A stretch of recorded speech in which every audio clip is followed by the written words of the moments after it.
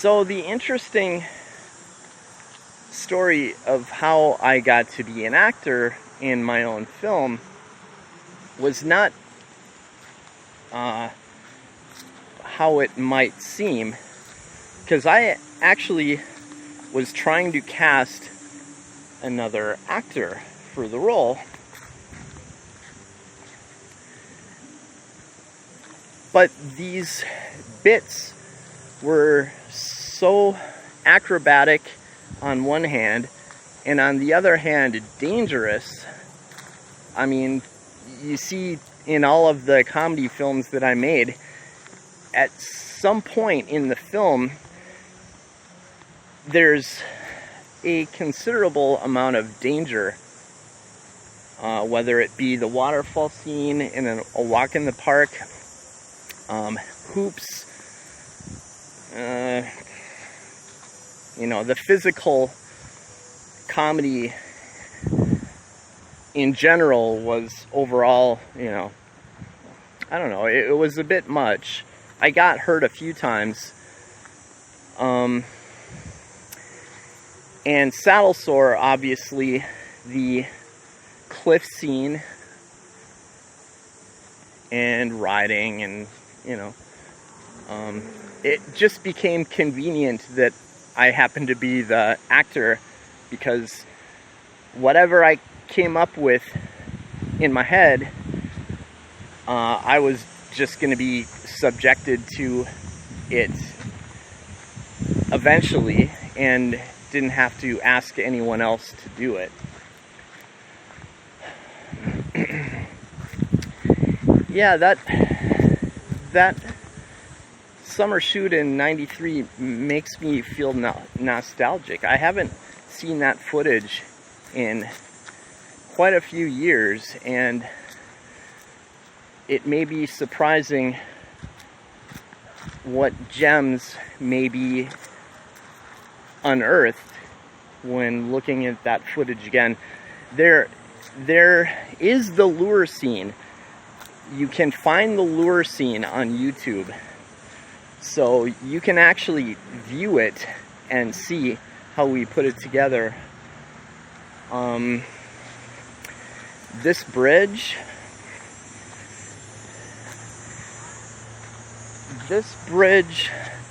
had a few different interesting shots taken from it.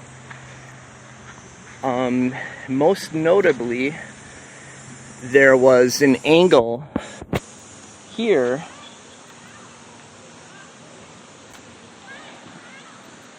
looking down, and for whatever reason, I don't remember if there was a motivation that we put in front of it, but the matter of fact was I was hanging from the railings. I kicked my feet out and swung underneath here. I believe that was a precursor to the picnic basket falling in the water, maybe. We had a boat. We had an old boat that we shot passing under the bridge. A really old wooden rowboat. There was one shot which, once again, I'm not sure if it was motivated, but we filmed it nonetheless because it was interesting. I was clinging to the bottom of that bridge horizontally and let go. And maybe we filmed this in slow motion even. I'll have to go back and look. But horizontally falling into the water, which obviously there's some topographical change, because if I did this today, not only would there not be water, I would fall into rocks. No, it wouldn't have gone down that way when we were filming. There was water. Actually, okay, so see this here. we would jump from this stump into the water. So it was a good 3 or 4 feet deep at least. And yeah, it was fun. This still is a pretty great swimming hole.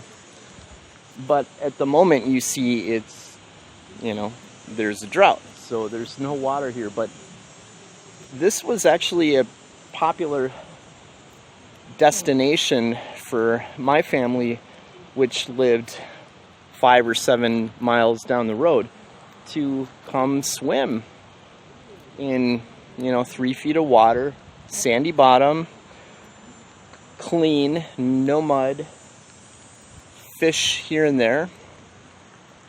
And there's fish still in there. There's a whole lot of little bass and big bass under the fall. Anyway, yeah, that was a walk in the park. That was a walk in the park. It wasn't a walk in the park to film, because, it would be different for me today, because there wouldn't be some open-ended, unfinished film. I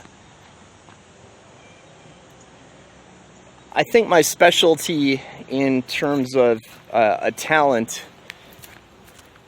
became eventually story shaping and story crafting, because I would have no problem today devising a clean, contained little story. It's not always easy, but there's no way I would have walked away with this movie unfinished. That's too bad, but that was the way it went, and hold that thought. Okay, I was gonna allude to, back in those days, the early 90s,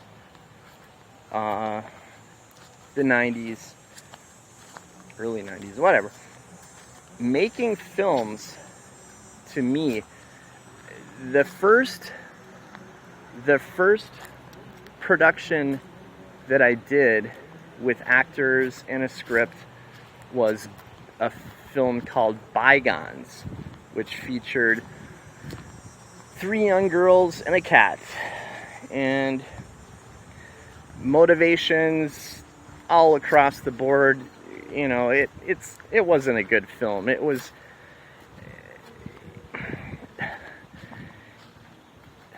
I don't know how to describe it in a succinct way, but it was more of an emotional, motivated film. Nostalgia, friendships, moving away, a cat, and I think one of the girls stole the other friend's cat. She stole the cat. The motive was she didn't want her to move away. So it was kind of a sweet film, innocent film, but kind of sloppy,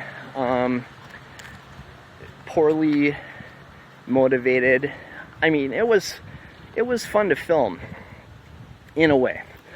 But the point I was getting to was, it was such a Herculean undertaking to make a movie for me in the early 90s that, I think I gave myself an ulcer filming Bygones.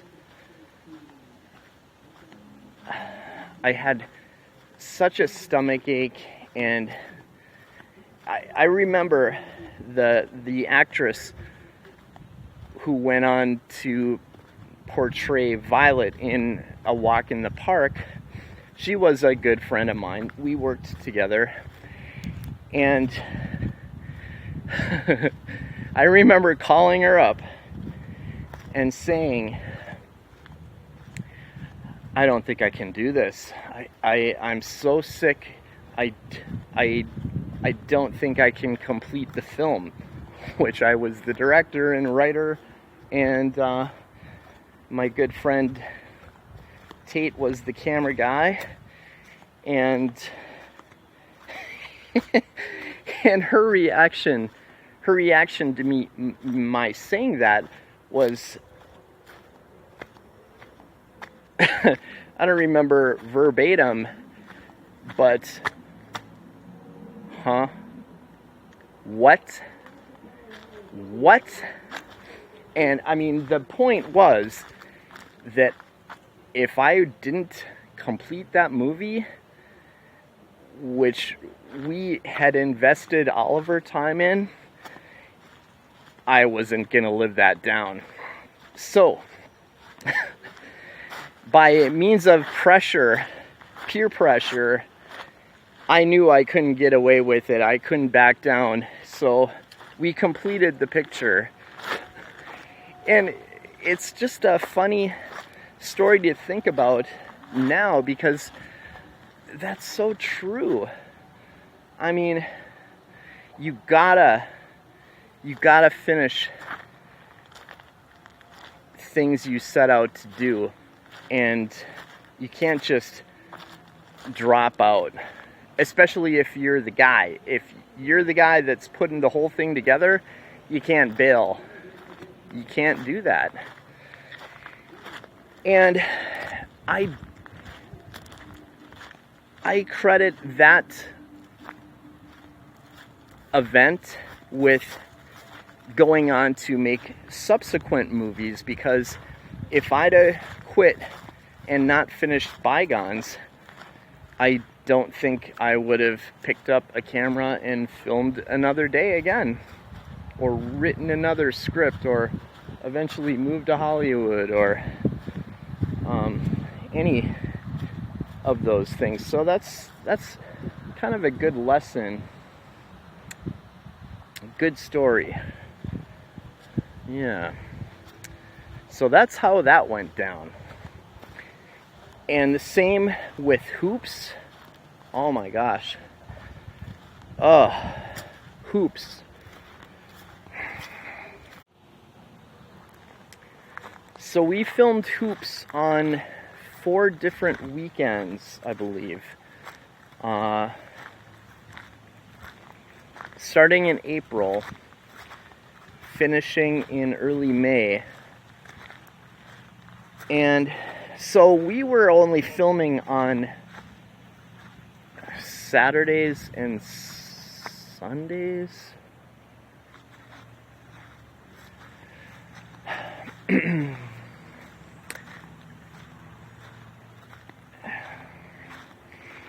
Anyway, the preparation for filming would entail me gathering all the props, all the equipment, all the lights, all the camera, tripod, dolly, packing it into my 78 Ford pickup, which had belonged to my grandfather.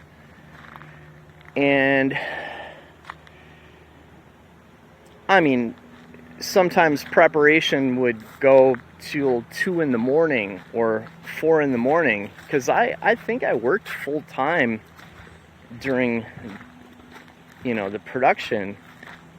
So it wasn't like I had all the time in the world to, prepare and gather. I mean, it was a late night thing, and shooting started pretty early in the morning, so I would drive all the equipment to the set, which was in most cases Eastman Hall at SCSU, and set up. And I mean, this was hard. I mean, long days. I mean, I love directing movies, so that gave me energy on the set during the day. But I remember, for instance, the little bits that I do in the locker room when undressing. I came up with that at like 3 or 4 in the morning the day of filming. I remember rehearsing these moves, and I mean, it was in the script that I had bits of business that I was doing, but the specifics I came up with during the middle of the night or that morning. And yeah, those were the kind of things that made filming Hoops or any movie in the early 90s exhausting. And I remember, I think I was at my brother's house with my family in the cities the night before or something, and I was looking through the script the last day of filming, or the last weekend of filming, and I was looking through the script, and I counted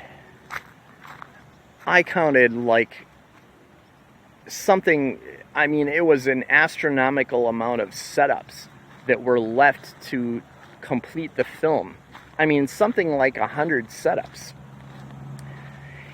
And I prided myself in those days of being a very fast director. Very fast. I knew exactly what was going to happen, where to put the camera, you know, I knew whatever was going to happen, you know, 3 or 4 steps ahead of what we were doing at the moment. And I counted 100 setups. Now, with Saddle Sore, I believe we filmed 40 setups in a day. And that was fast. 40 setups. 40 different camera placements and action staged for the camera placement. And I looked at what was left in the script and suddenly melted. This is impossible. There's no way we can film 100 setups in one day or whatever it was. And we did, though. We finished the movie. And I remember, I think we got a late start in filming because my camera operator got late to the set, and we didn't have a cinematographer at that point, so all the lighting was done without a cinematographer. And there was a heck of a lot of footage to be shot in that last day, but we pulled it off. I remember being there super late, well past sundown, and we were filming in a gym, which, you know, was during the daytime, so you had to light it and not give away that it was night. But we got it.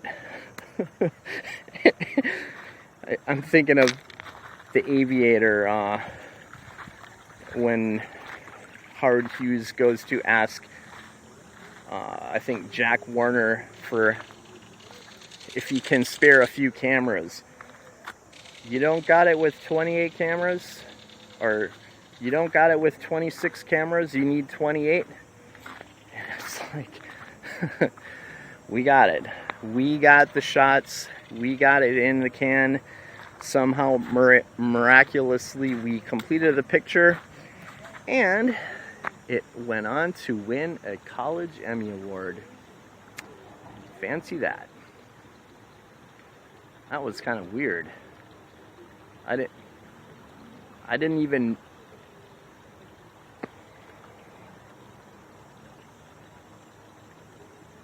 I wasn't even thinking about that kind of stuff when we were filming the movie. As a matter of fact, I don't even know why we were making the movie. It was fun.